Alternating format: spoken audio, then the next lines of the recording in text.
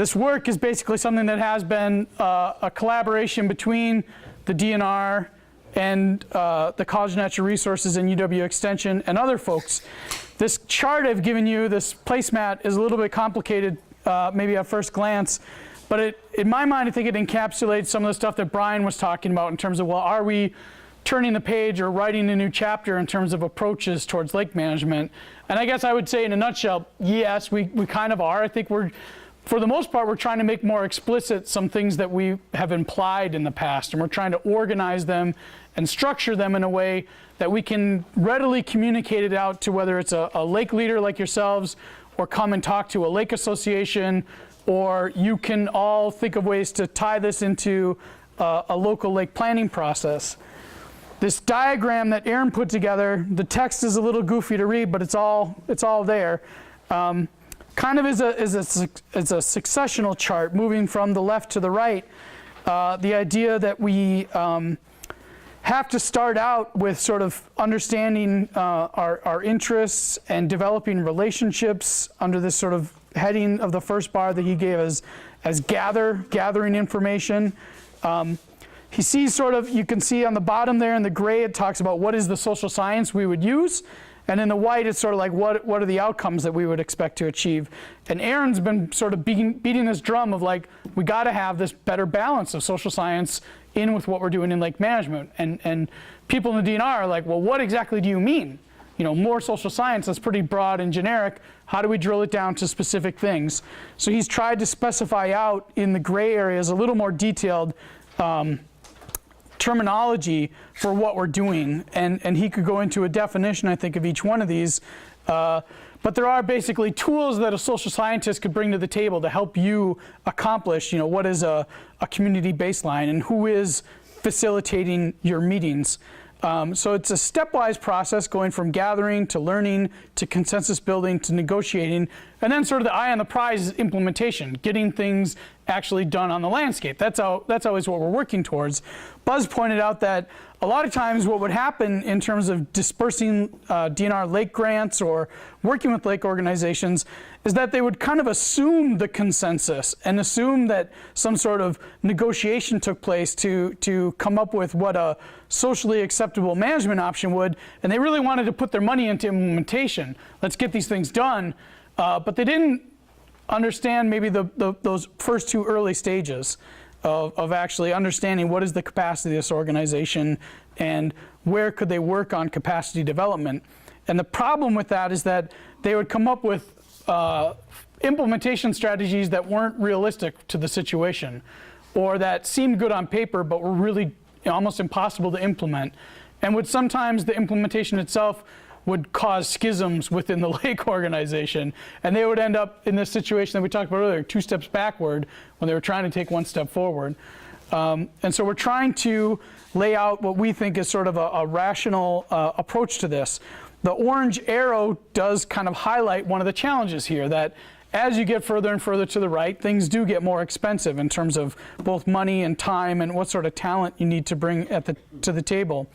But what we feel is that in those early stages of capacity development, there is some validity to the idea that groups can grow some of their own, that you all can be engaged in capacity development without tremendous investment of time, effort, and money, that there are some things you can kind of do yourself. And this afternoon, we're going to talk through some examples of what those might look like. And I'm going to give you the context in the slides here in a second. And then as you get further and further to the right, you might need to engage external consultants and helpers and scientists to really get to those final stages of implementation. And what you see on the right, there's sort of a blue color coding in the background that indicates, again, early in the process, you really don't need a whole lot of capacity, but as you move along this progression, your need for capacity starts to increase.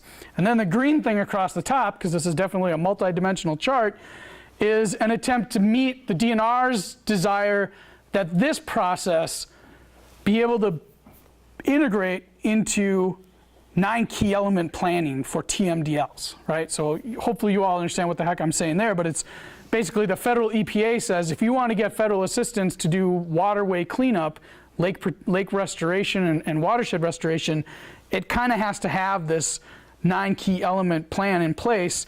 And Aaron's identified, like, yeah, I think we can do that. I think that this comports well with the 9 key element strategy. So for the time being, this is sort of the beast that we'll be beating up and picking on and trying to tweak and change, but it gives us at least a model to work on. And I hope this sort of explains maybe the new chapter that we're trying to write in terms of lake planning. And I'll go into detail here in a second. But you can basically take this with you. Aaron will be here. You can ask him questions during a break in the afternoon about this chart. But I think you'll be seeing this sort of model presented more and more in terms of how we're doing things. Any questions about the chart? All right, I'm just going to go through a couple of slides and then have a little bit of time for maybe some questions after that. And then, like I said, we'll break for lunch.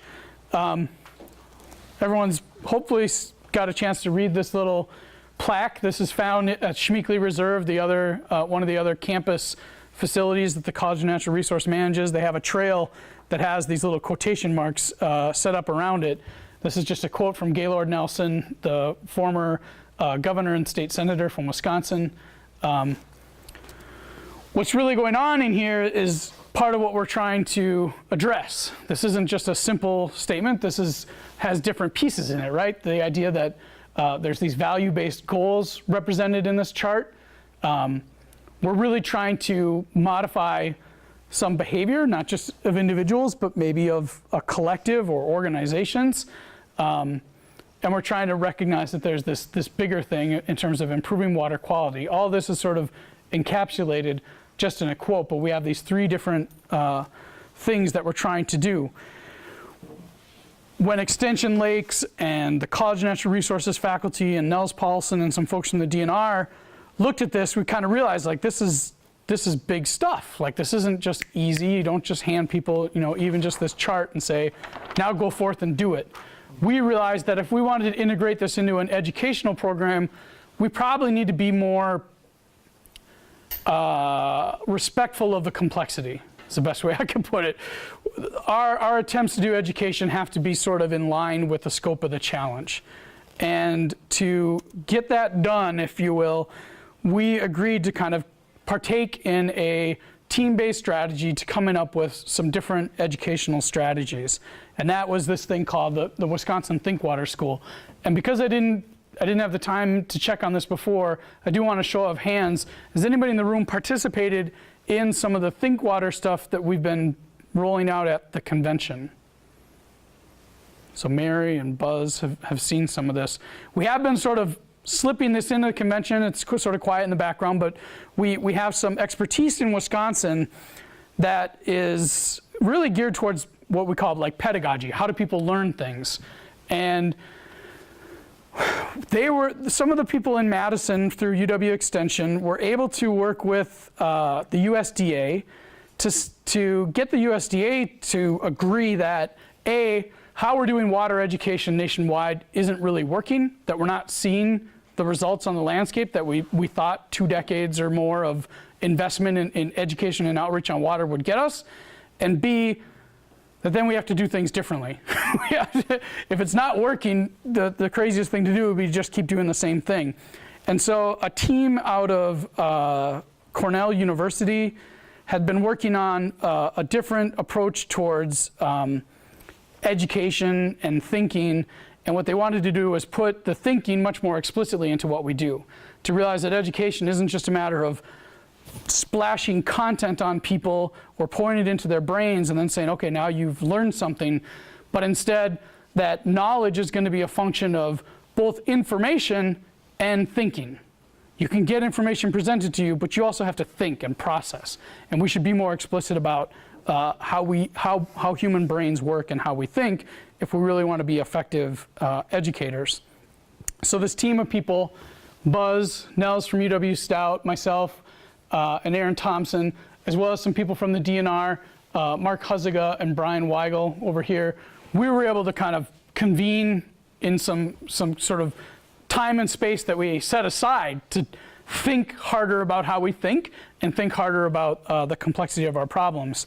And the idea of this Think Water School was to give us some tools and advice in addition to the space to think through the problem of sort of watershed management and lake protection. And again, my goal, I mentioned this earlier, my goal in participating in this was to say, I've got advanced lake leaders. I know what's going to happen in the fall. How are we going to do this a little bit differently than what we've done in the past, and might that be effective? So one of the things we did is we got access to a tool to help us map out complex systems. These can be tricky to work with, and I'm not going to ask you to see or even understand what all the verbiage is over here on the right, except to understand that we tried to map out the system of, say, watershed degradation and watershed management in Wisconsin and how we understand it, bringing together, again, both social scientists and the biophysical scientists to come up with a collaborative consensus on what does this look like. And the nuts and bolts are up here.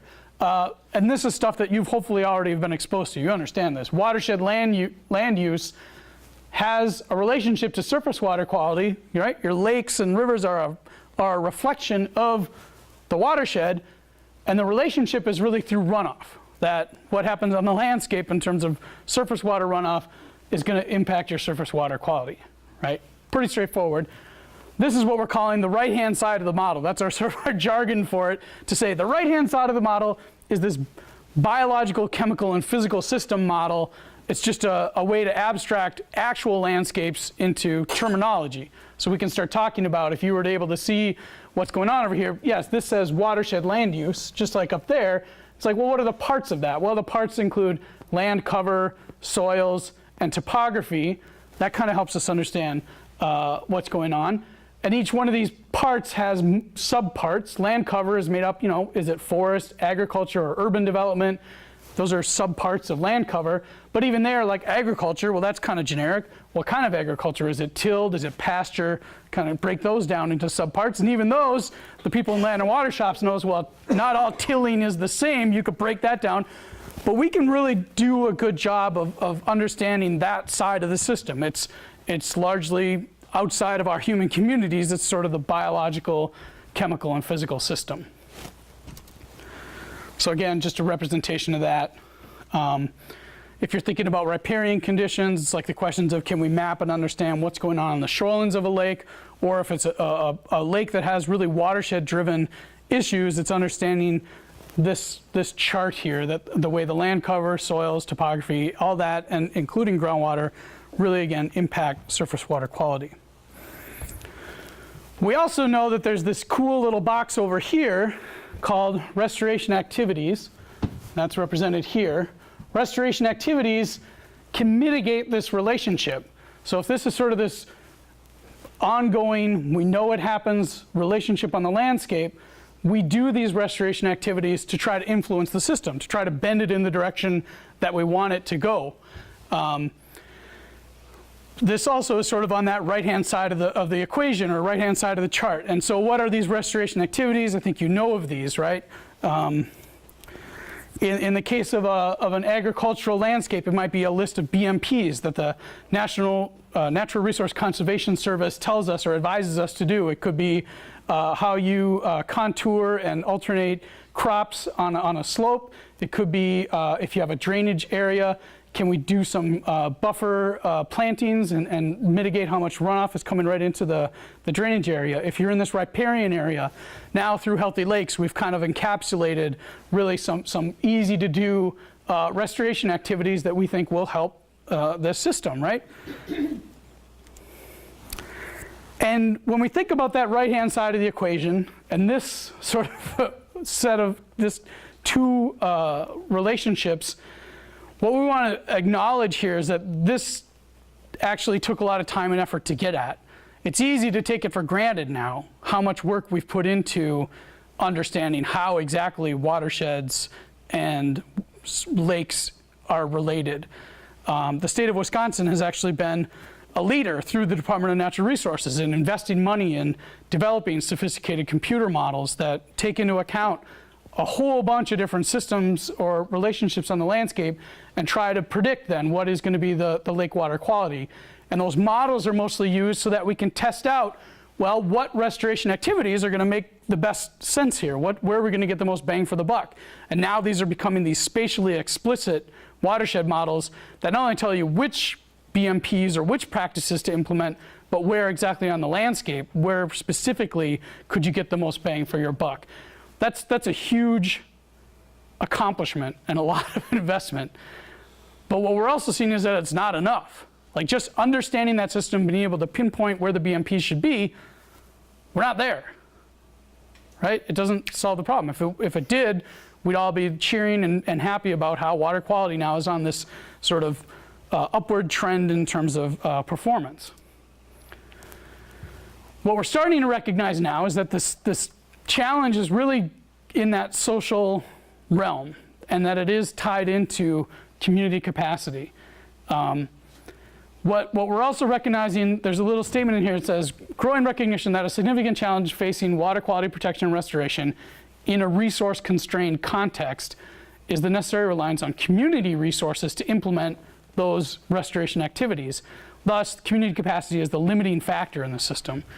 What I mean by a resource-constrained context is that if we mapped out all those systems using the DNR stuff and we said, okay, we know where these restoration activities should take place, we know, what they should be, what it's going to take to make them, someone could come up with a price tag and say, well, what does that cost? How do we do it? You could say, let's give a rough estimate, $1.5 billion for the state of Wisconsin to implement all the BMPs needed to fix water quality. Great. $1.5 billion. Where's that going to come from? How's that really going to happen? And who's going to really even do it? Even if a magical federal financial fairy came along and said, here's $1.5 billion.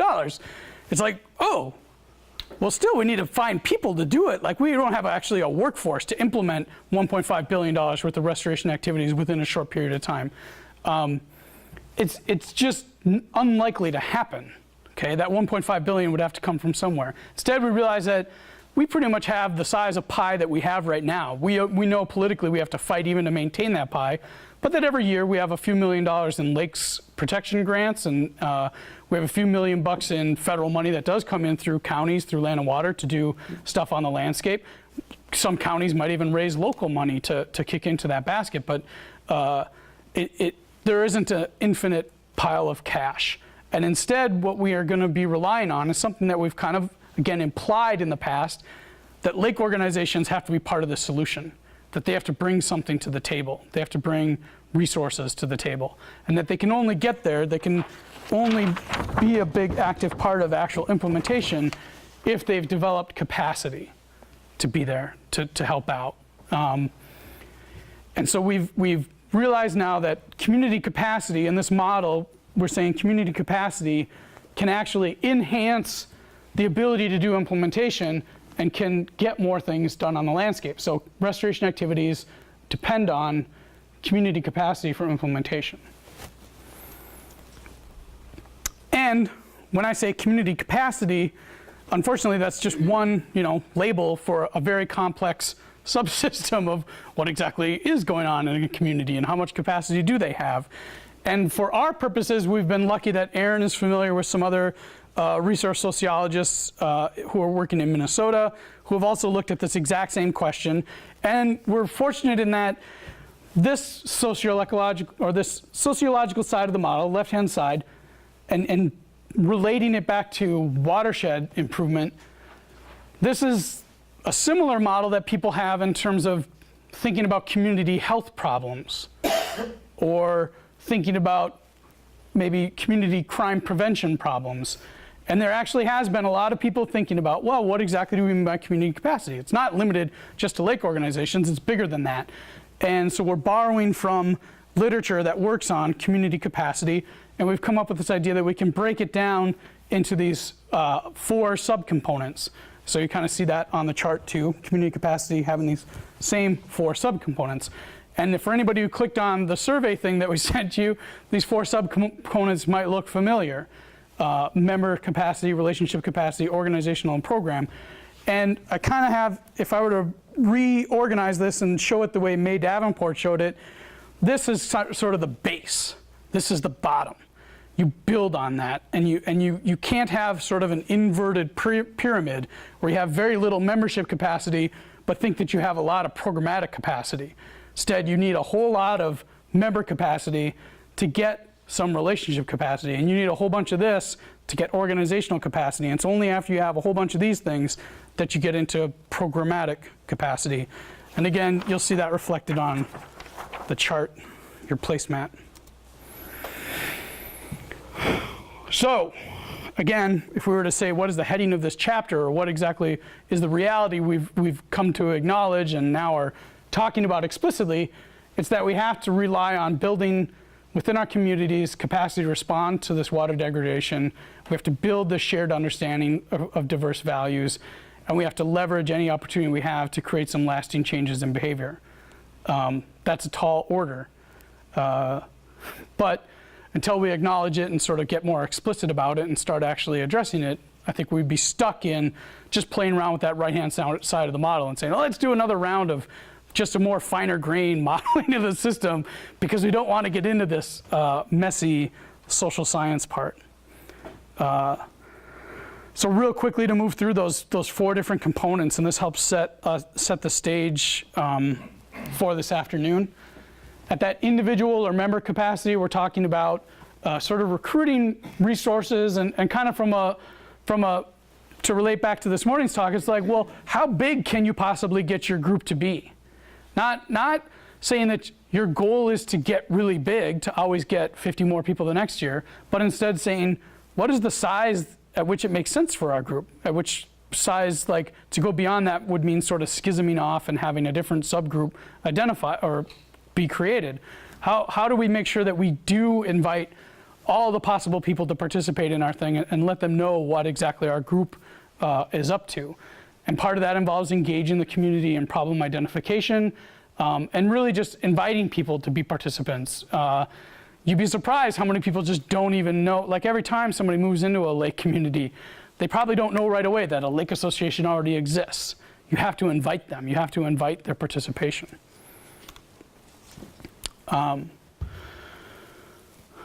So then we get into relationship capacity. This has to do more with looking maybe a little bit external from our group and finding out, yeah, there's probably other groups out there and individuals out there who don't necessarily need to become a member of our group, but when we identify places that we sort of pull in the same direction, they're sympathetic to us, or they're collaborators with us. They don't necessarily we don't need to envelop them into our group and make them give up whatever identity they had, but instead we need to identify them as good partners and collaborators and find those places where we actually synchronize. And probably that involves coming up with a sort of a consensus-based description of what is the problem we're facing. Brian? Eric, are you talking about relational capacity in these people you're talking about right now as being other property owners on the lake that aren't necessarily part of the lake organization? Or are you talking about the relationship with governmental entities, other community groups elsewhere? It's usually bumping out beyond the riparian ring. It's usually bumping out into the watershed or nearby communities and trying to find people who have some shared interests with your lake people. So that's a good question. And it may be town government and county government, but it may also be the JCs, or it may be the Chamber of Commerce, but it may be, again, a church group or something that has, interestingly enough, just some shared interests with your group, so you can all kind of pull in the same direction. And it takes effort to build these relationships, but we believe that's part of building capacity, is developing those relationships. And some lake organizations have already been doing this, and some organizations aren't sure where to even start. The next one is sort of organizational capacity, building this capacity, including sort of things like volunteer management strategies, what your internal communication strategy is, having a good outreach and message strategy. Part of this has to do with, again, going from just being a lake organization that gets members to write checks and pay dues and they receive the newsletter, to being a lake organization that really engages all your potential members and has them stepping up to the plate and doing things, working with you together, and showing sort of that your organization has capacity. And then the next one that sort of builds off that, once you start getting that, you can then start doing stuff. You can put on the landscape demonstration projects. You can allocate volunteers towards maybe some property owners say, well, I'd like to put in a shoreline buffer, but I'm 79 years old and I got a bad back. I'm not going to be out there weeding plants. How do I do this? And maybe other people on the lake say, well, you know, we have excess volunteer capacity. We can help you out. Recognize that you have these limitations, but start doing actual implementation.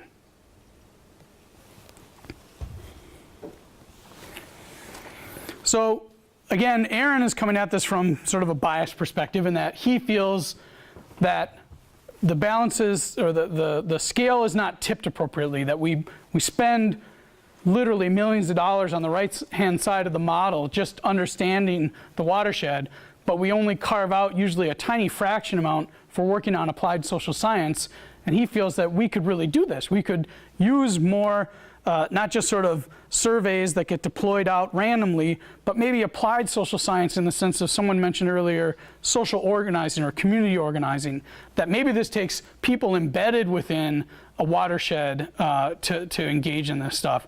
And what we've seen with sort of natural experiments out there is that when there's somebody in a lake area who has that community organizing mentality, then some really magical things start to happen.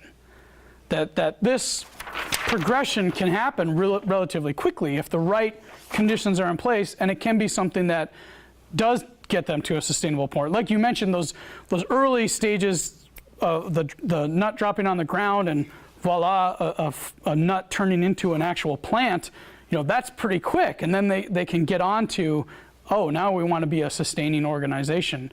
And that happens sometimes because, and I'm not, because they have usually a person. It could be a leader, it could be a volunteer leader, but we're seeing more often that it's somebody who sort of gets paid to do this and is at the office regularly in order to carry out these activities. So an example would be, we don't have anybody here from this group, but the Green Lake Association on Big Green Lake. They have for several years now decided as a group that they should put some resources into having an executive director, and not just to then dump everything on that person and say, now we don't have to do anything. We got an executive director. Let them do everything. But instead for that executive director to be more of a orchestra conductor, to sort of identify what, you know, where's the wind section, where's my bass section, how do we make good music here? And they've been getting a lot done just in the last couple of years. They're really able to, I think, target and leverage the capacity that's in their community to improve their watershed. And it's a tall order for them. They got a lot of challenges, but they're at least taking them on really explicitly.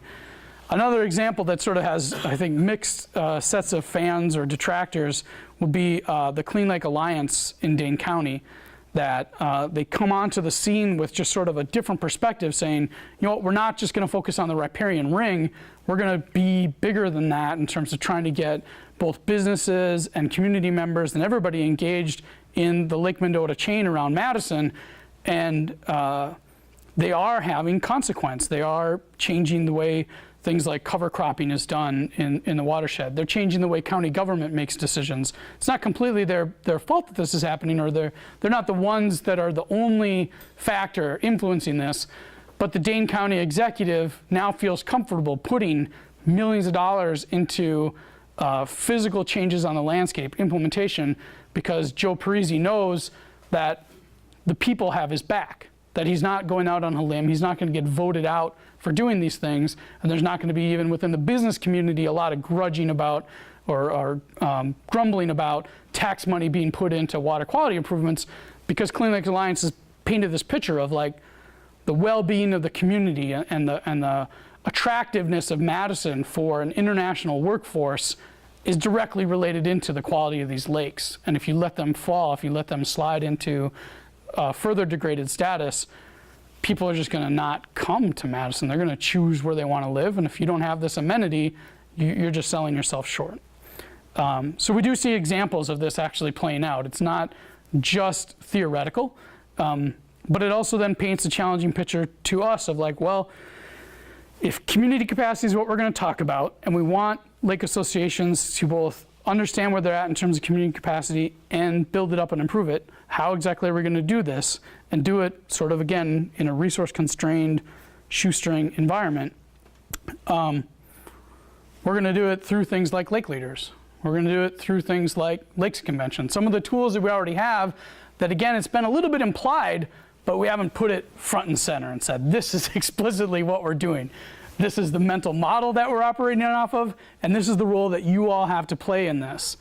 You're going to be leaders helping to build community capacity in your lake organization, but also probably beyond that, reaching out into the community itself. It may be a tall order, and we may we may not succeed, but I think the current situation, as Steve mentioned, isn't really that sustainable. Something better has to develop out of this, and we think this is going to be part of it. What we're encouraged by is that when I showed the diagram of who our participants were, folks like Brian Weigel and Mark Huziga weren't looking at us as though we were speaking from outer space, or that we were giving them just a bunch of gobbledygook, or that we seemed to be trying to run a scam on them. Instead, they looked at us and said, you know what, we think we agree with you on this. We do agree with you on this, that we do need to start shifting how we allocate resources, and we do need to change up our model or change up our methods to better reflect where the resource limitations are. We'll see, I guess, if they'll really put this into practice. Some of the tests that are out there is the question of Buzz is retired. He was a good person in the Western region doing lakes biology work, but he also obviously got sucked into this sociological work. He'd admit it, that it became more and more attractive to him, and it's like we shouldn't replace Buzz with Buzz 30 years ago. We shouldn't put another biologist in the position who doesn't really grasp all this and then ask that person to spend the next 30 years learning this so that they can retire. No, we should put someone in that kind of replaces where Buzz is at today, Buzz 2.0, and let them. Can't we just have you back? That person will pick up sort of where Buzz left off and be much more ready to engage the social sciences and support efforts by a lake organization to step up their own capacity building. So, Mike? Well, go ahead and finish. No, I'm pretty much. I was just going to say that Eric kind of gave a version of this presentation at the last Wisconsin Lakes board meeting, which was then, we followed that up with, we had a strategic plan discussion of our own, because our plan is sort of coming to its end and it needed to be tinkered with some in preparation for the development of the next one. And from our organization's perspective, we've totally bought into this, and we're incorporating this. Our role is sort of helping with what we all seem to start calling the left side of the chart part of this. So I think you're going to see it coming from us too. Just wanted to make clear that it's not just extension that is backing this whole idea. Yeah. Or DNR. And DNR too. Any other questions about where we're headed? Now, part of what ThinkWater was about is just sort of being explicit about your models, or trying to give them some sort of graphical representation. And we don't really have time to go into all the little tiny details, but know that this model, part of what we want to do is make sure that it's open to feedback. So again, Mike pointed out, we don't explicitly have maybe the political system, whether it's your county board or your town board or the state government, laid out here. Part of that is a function of the two big groups that were working on this were all state employees. And it's kind of challenging for us to lay out oh yeah, well, at some point you may want to modify, who the governor is. That might be where you direct your energies towards. Theoretically. But again, Mike is pointing out that there is a role for organizations to work towards that type of stuff. Pamela. I have a comment, and I hope it doesn't sound too critical, and I don't know if the group talked about this, but there's sort of a theme of things are going downhill, we have to identify the problem, and I would say flip that and celebrate what's going well and identify solutions. I was on a call last week about impaired waters, and internally in DNR, they assess the lakes and rivers in the state, send a list of impaired waters to EPA, and 82% of our waters are healthy. So I Yeah. think when we're talking about building community capacity, we diminish our own credibility if we focus on the problem and just assume degradation is gonna happen. Right. And I would hope in this bigger picture sort of thing, we can shift it more to the positive aspects of what people are doing right and focus it on solutions. Even in the presentation itself, there's sort of this, almost like a little doomsayer theme to it. Yeah. Maybe I just pick up on it and other people don't, but I wouldn't want to be Right. at a town hall or a lake group meeting and kind of focusing on that, because there's people in the room who are gonna be like, the tree huggers, everything's wrong. My Bass Lake example, I come from Minnesota, the lake is great, it's clear, I'm here because I love it, I don't need to do anything. Sure. But maybe if instead of saying these are the problems, these are the solutions we should work together on. Yeah. I agree, and I'll give a couple comments back on that. Again, Mark Huziga and Brian Weigel were people in the room, and their day-to-day life is dealing with that impaired water list and trying to get waters delisted, trying to fix them. So yeah, they're coming at this from we've got a lot of watersheds that are impaired, let's focus on that. So it influences how we map this out.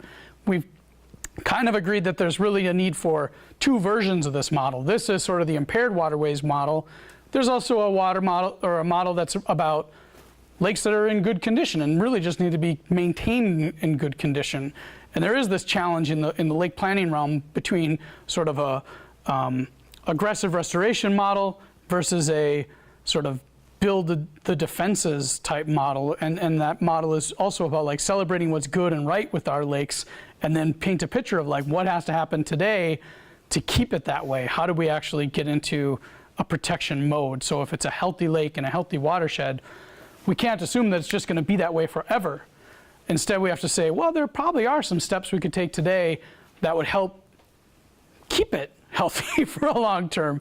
And those do relate back to some, like where you have riparian areas. We don't have to paint them as degraded or harmed, but places where you could benefit from putting in a shoreline planting, or putting in fish sticks, or putting in a rain garden. Like, let's do those things. But then let's also look at the watershed and say, you know, it's all forested today. We have a beautiful forested watershed today, but actually the bigger pressures are towards, you know, cutting down those trees and putting in a well and irrigating ag. And that would be a pretty dramatic change for that watershed. Is there anything really in place that would prevent that from happening? And if the answer to that is no, you know, if the private landowners choose to cut down their trees and put in irrigated ag, you know, that's what the bigger system supports. Then maybe we talk about, well, could we put in easements or some sort of, can we put in a proactive protection to prevent that harmful future? And that sounds kind of doomy, but it's sort of like, well, if you don't, you're going to regret it. Because we know, like in Adams County, for example, there's places where they have liquidated the forest in a watershed and put in wells. And I said, this is going to now go from forested watershed to ag watershed. And the pressures that we're up against, how many billions of people on the planet today? Over 7 billion people today, and more billion in the future. They all want to eat, and the pressure to grow food in Wisconsin is likely to grow. That there's going to be more pressure to say, hey, you've got good water here, a decent climate, you're not subject to hurricanes yet. Why not grow more food in Wisconsin, cut down more trees, and put this land back into vegetation? We tried it 100 years ago too, remember? All these forests were liquidated, and we had a sprinkling of farmers out there playing around with it, and you still see remnants of it, but I think that pressure could come back. So I do think there's the restoration model, there's a protection model, and there's maybe a different set of what we'd call these restoration activities. They don't need to be restoration activities, they can be protection activities. Diane? But I guess from a historic perspective of the old watershed models, where we met with the landowners, we, you know, put this barnyard system in, we'll build you a manure storage, you just spread your manure during the growing seasons, those types of systems. You know, the state spent a lot of money on that, but the one aspect that they didn't have in the watershed model was that community engagement, the community capacity building, getting those landowners to understand why we were doing this, what was the benefit for the community, not just their physical location. And I think with, you know, that land ownership is the one dynamic that we can't control. And, you know, John Smith puts the system in, he manages the system, it reduces the phosphorus runoff, but John Smith sells it. And the next guy comes in and the corn price goes up and you know, the terraces and the waterways are all ripped out. With community engagement, what I envision is that the new owner coming in is going to be, how do I wanna say, it, welcomed to the neighborhood by the surrounding landowners who have engaged in accepting these water quality practices. And, you know, the chances of maybe some of those practices being removed are going to be less. Yeah. Because the community's now engaged with the fact that we need these practices to protect the lake downstream, to protect this stream or whatever. Yeah.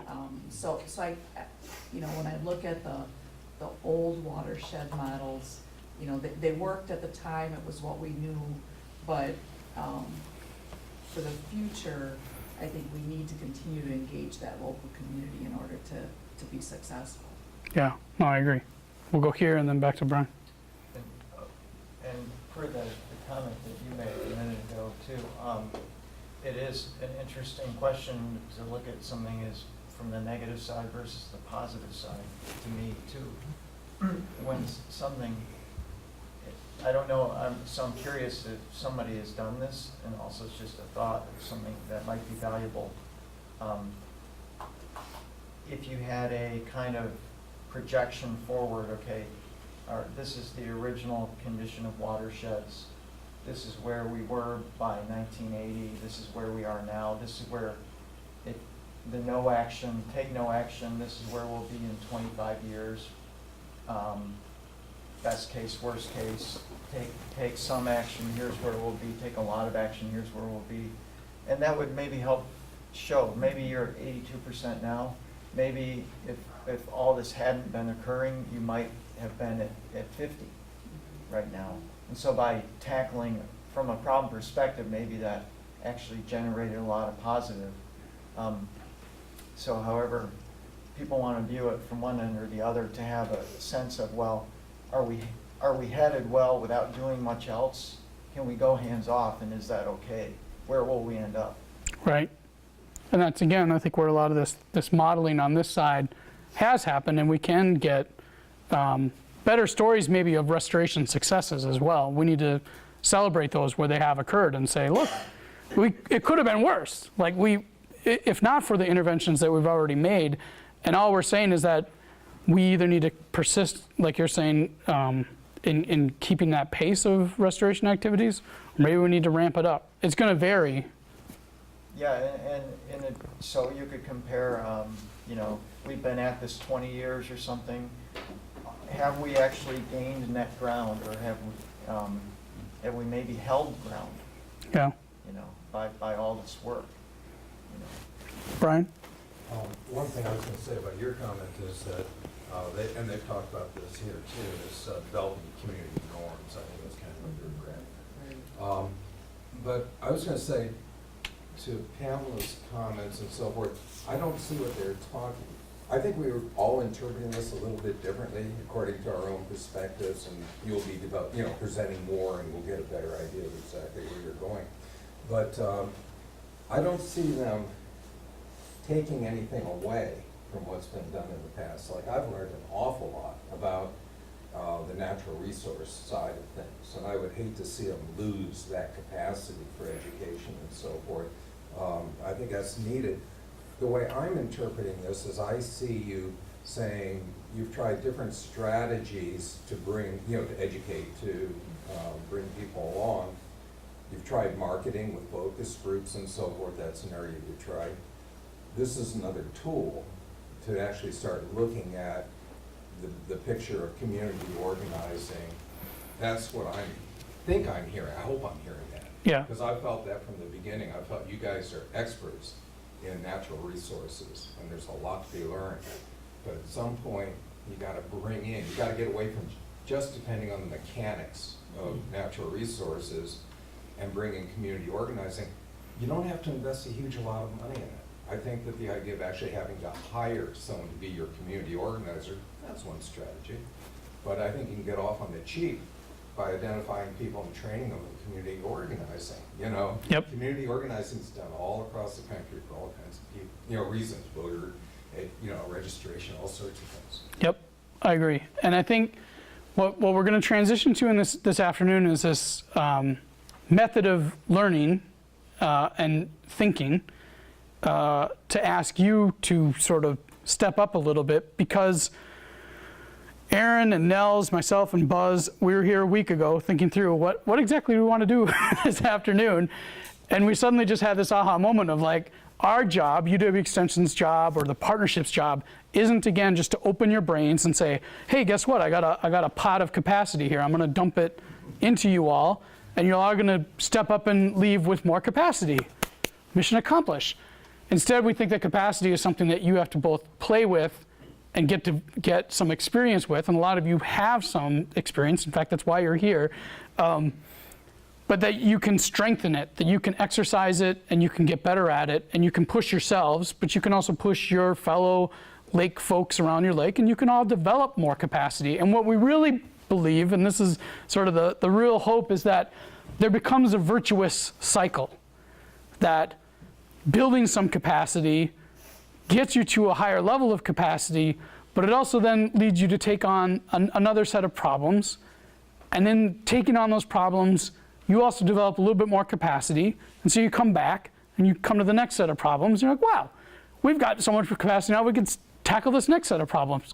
So it should create just this positive feedback loop that gets you solving more interesting and challenging problems.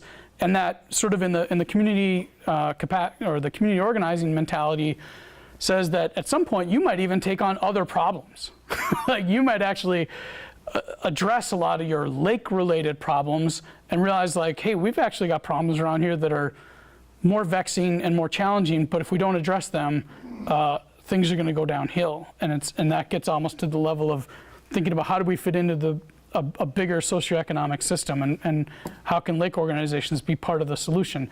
I believe, based on what I've seen at Lakes Convention, heard from lake organizations, the individuals that I've met, not only through lake leaders, but going out to lake meetings, you all are endowed with some innate capacities, and you have much to give. And in rural Wisconsin, just like if you were in rural Michigan, rural Illinois, you're set in an environment that sometimes is capacity poor, that actually is struggling to solve some other problems. And you all could have some capacity that you might be able to, I don't want to say donate, but lend out to the community. And it's actually in that interaction with your neighbors and folks in town and folks at the county scale that you'll find that it comes back then, sort of like karma, that it could be something that comes back to positively help you out down the road. So that's another very optimistic vision of where this could go.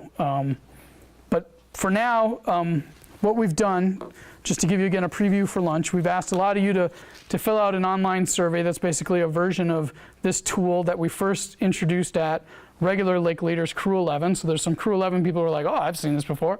I filled it out. You maybe filled it out exactly how you did before. Doesn't matter. What we're trying to do is get a sense of where you're at today.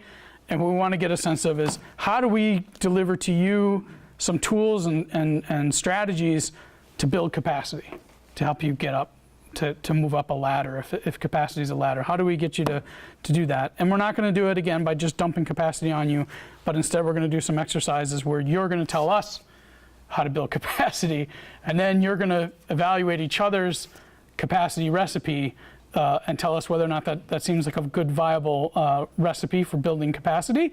And then we, as Extension Lakes, are going to begin compiling these different, what I'm calling recipes for building capacity, and start amassing them. But we're also going to continue to use an interactive way of developing these tools and refining them in the future. So that's sort of what our afternoon is about. It's going to be much more hands-on, small group discussion. We're going to break up into groups. We'll start out back here so we can kind of identify who the groups are and figure out exactly where you're going to go in this building.